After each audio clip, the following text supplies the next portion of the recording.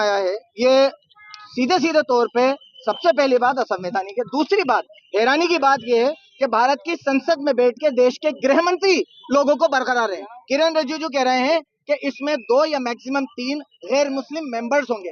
वहीं अमित शाह भारत की संसद में, उनका वीडियो क्लिप सब जगह वायरल है, वो कह रहे हैं कि इसमें कोई मेंबर्स ही नहीं होंगे। हैरानी की बात यह है कि अगर अल्पसंख्यक मामलात मंत्री और देश के गृह मंत्री जो सब कुछ बागडोर संभाल रहे हैं, उन दोनों के बीच में ही सामंजस्य नहीं है, तो ये बिल किसने बनाया?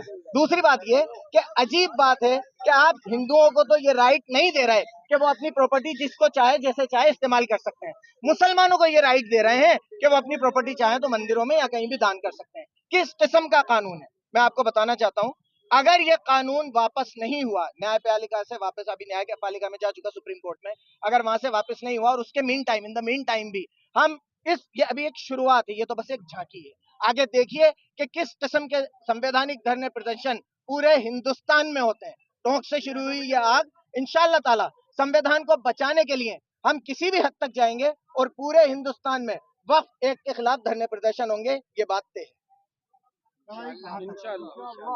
लड़ाई हमारी जान देने तक।